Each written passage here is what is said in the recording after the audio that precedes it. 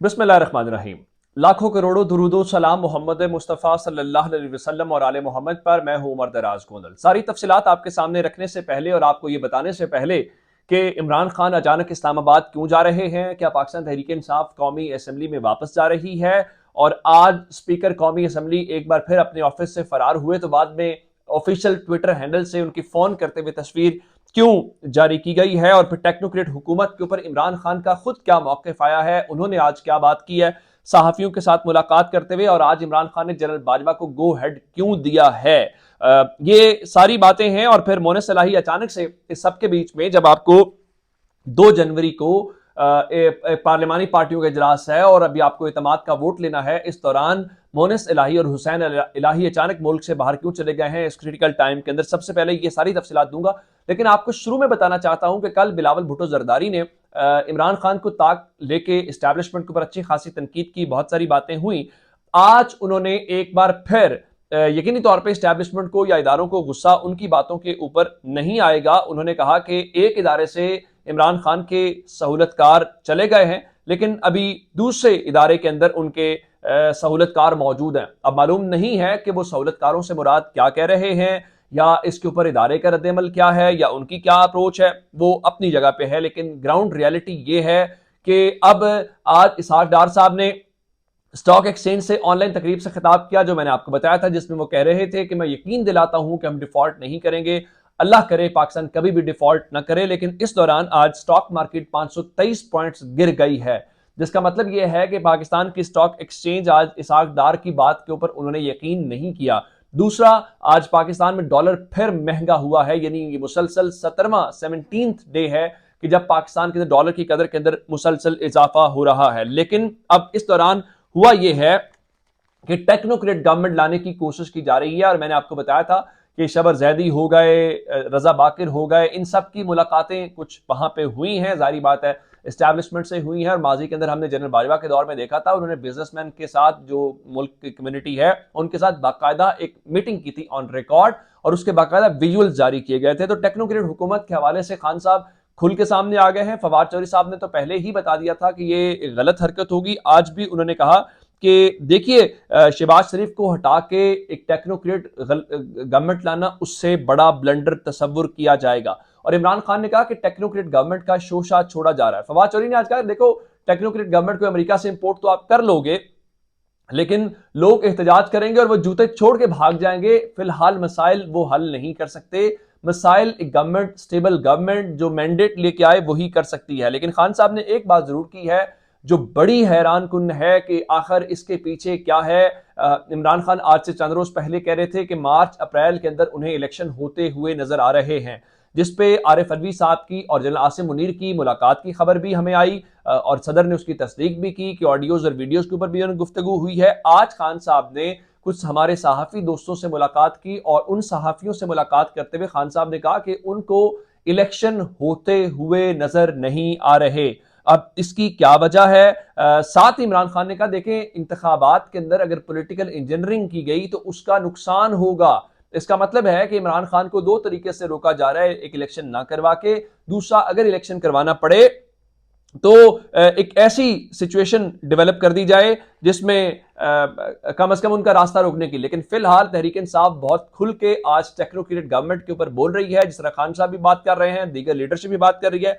एक डेवलपमेंट इस दौरान और हुई है, चूंकि खान साहब के साथ जब वाकया पेश आया नवंबर के आगाज में वजीराबाद वाले वाकये के बाद, तो वो इस्लामाबाद बनी गाला नहीं गए थे, बल्कि उन्होंने जमान पार्क के अंदर ही अपना कयाम किया। तो अब कल खबर यह है कि उन्होंने बुला लिया है मुलाकात के लिए तमाम लीडरशिप को, और कल कुछ एक तो अहम फैसले होने हैं, वो मैं बाद में बात करता हूं। फिलहाल ये बताता हूं कि खान साहब ने फिलहाल इस्लामाबाद बनी गाला मुंतकिल होने का फैसला कर लिया है, और खबर यह है कि जनवरी का पहला हफ्ता खान साहब बनी गाला मुंतकिल हो जाएंगे जमान पार्क छोड़ के, और पार्टी सेक्रेटरीट जो उनका है वहां पे इंतजामात मुकम्मल करने की हिदायत कर दी गई है, जिसका मतलब बहुत वाज़ेह है कि अब थोड़ी सी सूरत हाल उस तरफ जा रही है जहां पे खान साहब को लग रहा है कि उनका शहर इक्तदार में होना बहुत जरूरी है।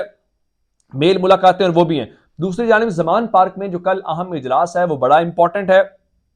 वो बड़ा इंपॉर्टेंट क्यों है वो बताने से पहले आपको ये बताऊं कि इमरान खान ने एक बार फिर आज जनरल बाजवा और फैज हमीद दोनों को गो हेड दिया। उनका सुना है कि वो मिल के कोई प्रोजेक्ट कर रहे हैं, फलाही काम कर रहे हैं, जो जावेद चौधरी ने अपने मजमून के अंदर दावा किया है, तो उसके ऊपर उन्होंने कहा कि बिल्कुल अगर वो फलाही काम करना चाहते हैं तो उनको फलाही काम करना चाहिए, उनके काम में कोई रुकावट नहीं होगी। और फिर उन्होंने ये बताया कि असल में जनरल बाजवा के साथ उनकी लड़ाई की एक वजह करप्शन को रोकना था, तो दूसरा अलीम खान को वजीर आला बनाना भी एक बहुत बड़ा मसला था जिसके ऊपर लड़ाई हुई। अब जरा अलीम खान की बात हुई है तो अलीम खान ने पहले समा न्यूज खरीदा, जारी बात है बहुत सारी बातें इमरान खान कहते हैं कि वो कुछ जमीनों के काम करना चाहते थे, तो लाहौर का पर्ल कॉन्टिनेंटल होटल जो पीसी के नाम से मशहूर है, मॉल रोड के ऊपर 5 स्टार होटल है, वो खबर आई है कि अलीम खान ने खरीद लिया है। तो लोग कह रहे हैं कि देखिए अगर अब मंडी लगी तो जिस तरह इस्लामाबाद के अंदर सिंध हाउस के अंदर लगी थी, तो अब मुमकिन तौर पे ये मंडी पीसी के अंदर लगेगी, क्योंकि कल ही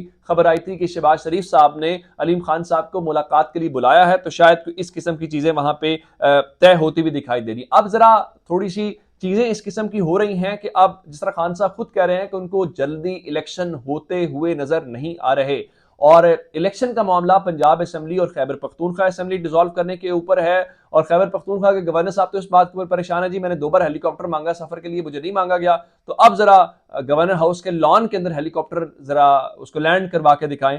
तो पंजाब वाला असल मामला है, पंजाब का इजलास भी था जिसमें खान साहब ने कहा कि हमारे तमाम 177 या 178 अरकान पूरे होने चाहिए मुश्तरका इजलास के अंदर।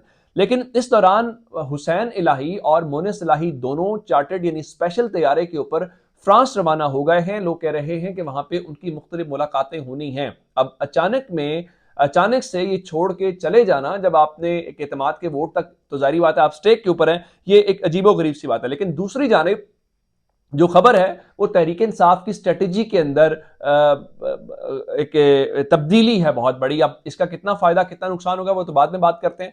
खबर यह है कि पाकिस्तान तहरीक इंसाफ कौमी असेंबली में वापसी के हवाले से कुछ चीजें कर रही हैं, और चूंकि कल बिलावल जरदारी ने बयान भी दिया था कि आप वापस आए, और फिर शाह महमूद कुरैशी ने कहा कि देखें बिलावल को ये इस्तेकाक नहीं हमें कौमी असेंबली में वापस आने का कहने का, ये वजीर आजम कह सकते हैं। अब खबर यह है कि कल जो इजलास होगा उसमें असेंबलियों की वापसी के ऊपर गौर किया जाना है, और खबरें ये हैं कि अपोजिशन लीडर का ओहदा वो लिया जाए और राजा रियाज को उसमें से हटाया जाए। अब मालूम नहीं है कि इसके पीछे क्या वजह है, क्योंकि आज स्पीकर साहब के साथ इनकी मुलाकात वफ्द की तय थी। स्पीकर साहब के वफ्द के हवाले से बताया गया कि उन्होंने आज मुलाकात नहीं की और कल का कह के टाल दिया, और फवाद चौधरी कह रहे थे कि हम स्पीकर से मिलने जाते हैं, और स्पीकर साहब भाग जाते हैं। लेकिन ऑफिशियल ट्विटर हैंडल जो नेशनल असेंबली का है उसमें हमने देखा कि स्पीकर और डिप्टी स्पीकर दोनों मौजूद थे। फोन कॉल की वो एक्टिंग कर रहे थे कि जैसे कॉल की जा रही है, तो कह रहे थे जी हमने उनको कहा है, हमने इंतजार किया, लेकिन वो मुलाकात के लिए नहीं आए। लेकिन सवाल ये पैदा होता है कि पाकिस्तान तहरीक इंसाफ ने जो कौमी असेंबली से छोड़ी वो गलत फैसला था या सही फैसला था, हो गया। अब जब सारा कुछ अपॉइंटमेंट्स हो गई हैं, अमेंडमेंट्स हो गई हैं, सारा कुछ हो गया है, तो कौमी असेंबली में वापस जाके आप क्या करेंगे? मैं आपको एक मिसाल देना चाहता हूं। वो कहते हैं कि आखिरी उम्र में किसी ने शौहर किया तो कहते हैं गलत किया, फिर शौहर को छोड़ के और ज्यादा गलत किया। आपने कौमी असेंबली छोड़ के गलती किया, वापस जाएंगे और बड़ी गलती होगी, लोग आपको वो पुरानी वाली बात जिस तरह किया था। तो अब मालूम नहीं है कि इसके पीछे स्ट्रेटेजी क्या है और तहरीक इंसाफ क्या करेगी। इलेक्शन तो शायद तहरीक इंसाफ का माइंड भी बन गया। इस्लामाबाद वाला आपने मामला देखा कि वहां पे अदालत ने इलेक्शन कमीशन को नोटिस तो जारी कर दिया है, और ये पूछा है जी क्यों ना जो अखराजात हुए हैं मुख्तलिफ लोगों के, उसके हम जो फंड्स हैं वो अरकान असेंबली की तनख्वाहों से काट लें, और आपका नोटिफिकेशन क्यों ना मुअत्तल कर दें। लेकिन इससे कोई फर्क नहीं पड़ना। तो उसकी वजह क्या है कि खुद ही तो इस्लामाबाद हाई कोर्ट ने मामला रेफर किया था इलेक्शन कमीशन को, और इलेक्शन कमीशन ने उसके ऊपर फैसला कर दिया। एक खबर जाते जाते और दूंगा, वो फैसल वावड़ा से मुतल्लिक है। फैसल वावड़ा को चूंकि सुप्रीम कोर्ट ने कहा था कि अगर आपने ताहयात ना अहली से बचना है तो आप अपने निशिस्त से इस्तीफा दे दें, तो आज फैसल वावड़ा ने अपनी निशिस्त से इस्तीफा दे दिया है। अब वो सेनेटर नहीं रहे, और चूंकि वो सिंध से जीत के आए थे, तो अब चूंकि एक ही सीट के ऊपर होना है, तो ये तहरीक इंसाफ की सिंध वाली सीट एक और कम हो जाएगी, क्योंकि पीपल्स पार्टी मेजॉरिटी में है असेंबली के अंदर, तो वहां पे एक बार। लेकिन बहरहाल उनकी फैसल वावड़ा से अब जो जान है वो छूट गई है। अपना बहुत सारा ख्याल रखिएगा। खुदा हाफिज।